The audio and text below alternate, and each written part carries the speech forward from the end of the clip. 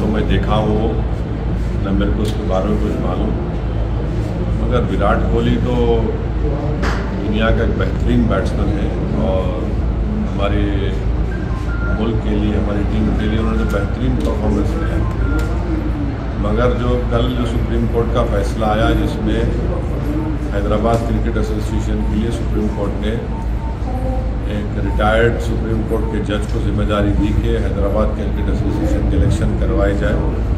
मैं समझता हूं कि वो बहुत अच्छा है और जितना जल्दी हो सके हैदराबाद क्रिकेट एसोसिएशन के इलेक्शन होने चाहिए ताकि सही मानों में हैदराबाद के जो नौजवान क्रिकेटर्स हैं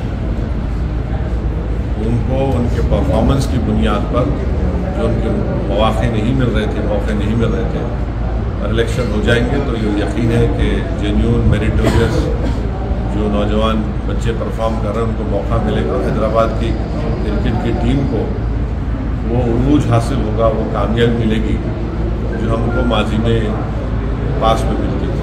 तो क्या आप समझते हैं कि बीसीसीआई को एक कंप्लीट ओवरहॉलिंग करना चाहिए जिस प्रकार से? ये मेरे को नहीं मालूम, ये मेरी फील्ड नहीं है, मैं इसका एक्सपर्ट नहीं हूँ। Sir, on the BBC issue, IT has been conducting searches today, second day. Allegation is that BBC involved in tax violation and transfer pricing rules violation. Your stand on this? Well, I will go by with the statement of what Editors Guild and the Press Club of India issued a statement. And I feel that those two statements are absolutely right. And freedom of press is very important for a functional democracy, and I hope that the BBC will not be pressurized, and the BBC will continue to show the truth. Do you see political vendetta as being alleged by other opposition leaders that there are no raids or searches on Adani, but the BBC office is attacked because they went ahead with a documentary on the Prime Minister? Well, when it suited BJP during emergency, their leaders used to praise BBC. And in fact, now the leaders have quoted in his book that he used to listen to BBC radio while in jail in emergency and then tell his BJP, then Jan Sangh or whatever party they belong to about what is happening in India. So now we see that these raids are happening. But I am sure that the BBC will continue to show the truth to the people. The timing is absolutely wrong, and that is why the Press Club and the Editors Guild have issued a right statement about condemning these raids. JDU की जो MLC है उन्होंने भी एक बात कही कि 30% आरक्षण मुसलमानों को दिया जाना चाहिए सेना में, ताकि खासकर पाकिस्तान से जो टेररिज्म हो रहा है उसका वो जो है सामना कर सके। लोहा लोहे को काटता है, इसलिए 30% आरक्षण दिया जाए। क्या आप इससे सहमत है? क्या कहना चाहेंगे? मैं स्टेटमेंट सुनाने मेरे को नहीं मालूम, आप बोल रहे तो मैं सुन रहा हूँ। अब कोई पॉलिटिकल पार्टी का आदमी बोला तो उस पार्टी के प्रेसिडेंट को रिएक्ट करने की ज़रूरत है, मुझे रिएक्ट करने की ज़रूरत नहीं है। उनका पार्टी के प्रेसिडेंट तो बिहार के मुख्यमंत्री हैं, उनको बताना चाहिए कि वो क्या बोलेंगे इस बारे में। Sir, Agra Governor Abdul Nazir's appointment has also kicked up a storm. Do you see it's a justified move? Well, you see, there is no constitutional bar on appointing anyone or a retired judge to the honorable post of governor. But as the legal maxim tells us that justice must not only be done but also be seen to be done. Now, if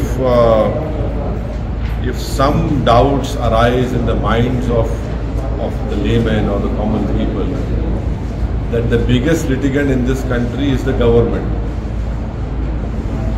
Now, if you after your retirement, you are given a post by the same government who is the biggest litigant and you were presiding over that litigation.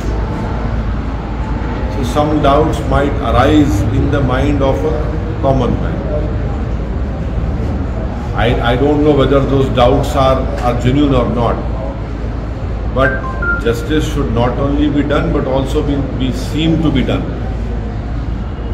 So these doubts should not have arisen, So and then if there's such doubts, I don't know whether they are genuine or not, but then this will lead to so many questions in the future. I don't know why the Honorable retired judge has accepted this post, because as a judge he was given a house and every facilities. Now I am reminded of what a late BJP leader had said when he was in opposition. He later on became the finance minister of our country, about post-retirement appointments. So it is for the BJP to answer this question. Sir, ये यहाँ की तेलंगाना की बात करें तो हाल ही में अफरोज़ ओवैसी आपके MLA ने कहा असेंबली में कि 50 सीटों पे हम करेंगे, तो ये लग रहा था कि MIM और TRS जो कि एक फ्रेंडली अलायंस है, तो उनके बीच में दरार आ गई। तो क्या वाकई AIMIM तेलंगाना में ज़्यादा सीट्स कॉन्टेस्ट करेंगे और अपना जो वर्चस्व बढ़ाएगी? अकबरुद्दीन ओवैसी साहब ने ये कहा कि MIM पार्टी इसका फैसला लेगी। MIM पार्टी इसका फैसला लेगी, तो अभी फैसला लेने का टाइम नहीं आया कि हम कितने सीट पे लड़ेंगे, कहाँ लड़ेंगे। जब सही वक्त आएगा उस वक्त इंशाल्लाह सही फैसला लिया जाएगा। तो क्या सही फैसला सर, सीट्स बढ़ेंगे या आप वो सही वक्त आया ही नहीं, तो अभी क्यों बताएंगे आपको? जब वक्त आएगा जब बताएंगे आपको। अभी क्या है, इतनी जल्दी क्या है आपको? अभी तो क्या है, कौन से फरवरी में है इलेक्शन है, शुरू हो रहा ना सर, रनअप शुरू हो रहा है।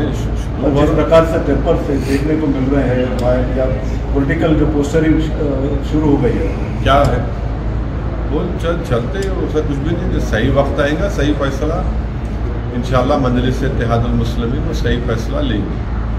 अच्छा, ये अरशद मुरादी ने जो कहा कि मनु ने जिस तरह से कहा कि एडम ने जो है वर्शिप ओम को किया, तो ओम और अल्लाह एक ही है, इस पर आपने कभी इस पर मेरे को नहीं मालूम, मगर मैं तो कई बार बोल चुका हूँ। ये सरजमीन हमारे बाबा आदम यहीं पर आए थे, मैं कई सालों से बोल रहा हूँ, अपना टेलीकास्ट भी किए थे उसको। तो वो मौलाना जो फरमाए हैं वो मेरे को नहीं मालूम, मौलाना खुद उसकी वजाहत दे सकते हैं। Sir, Hyderabad Rangareddy Mahbubnagar MLC election is turning out to be a direct battle between the BJP and the MIM, considering that the BRS direct battle between the BJP and MIM, considering that the BRS MIM कहाँ से आ गया उसमें? MIM कहाँ से उसमें? Jafri साहब, वो तो लोकल बॉडी से है, MLC। MLC लोकल बॉडी से है, बट वो तो उसमें local body of Hyderabad, not of Mahbubnagar और Rangareddy, local body of Hyderabad. So that is turning out to be a fight between BJP, MIM, Congress, considering that the BRS is likely to support you again. No, these are all mere speculations. I cannot comment on it because the MLC election is only for the local body related to GHMC. The other is for what? Teachers of 3 districts. So that is different. This is different. लेकिन आपकी दोस्ती कैसे है अभी, क्योंकि आप KTR साहब से एक तरफ मिल रहे हैं, दूसरी तरफ KCR जो है असेंबली में कांग्रेस की तरफदारी करते हुए भी दिखे, तो आप कैसे एनालाइज कर रहे हैं? भाजपा तो साफ कह रही है कि लग रहा है कि BRS और कांग्रेस के बीच में दोस्ती हो रही है। नहीं, मैं हमेशा चीफ मिनिस्टर की इज्जत करता था, इज्जत करता रहूँगा। और परसों असेंबली में जाकर मैं KT रामाराव साहब से मुलाकात किया था, तो वो तो है, उसमें कोई डिनाई नहीं कर सकता कि आज तेलंगाना में जो डेवलपमेंट हुआ, जो तेलंगाना में हैदराबाद हो या फिर सॉफ्टवेयर इंडस्ट्री हो, पीने के पानी का जो मसला था, उसमें तो उन्होंने काम किया।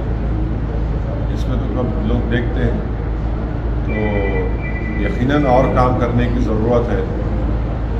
और हम उम्मीद करते हैं कि ये हुकूमत जो वादे आवाम से किए थे उसको पूरा करेगी, और यही हम लोग असेंबली में बोल रहे हैं, उठा रहे हैं।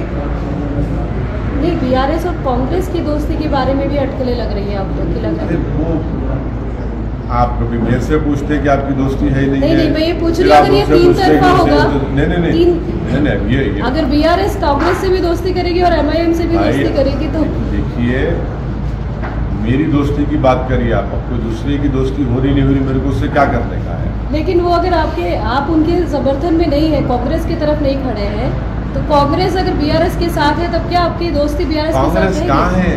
कांग्रेस कहाँ है? आप लोगों को खामखा है, बड़ी उम्मीद लगी हुई है कांग्रेस से आप लोगों को। कहाँ है कांग्रेस? कांग्रेस कहाँ है बताइए ना आप, कांग्रेस कहाँ है?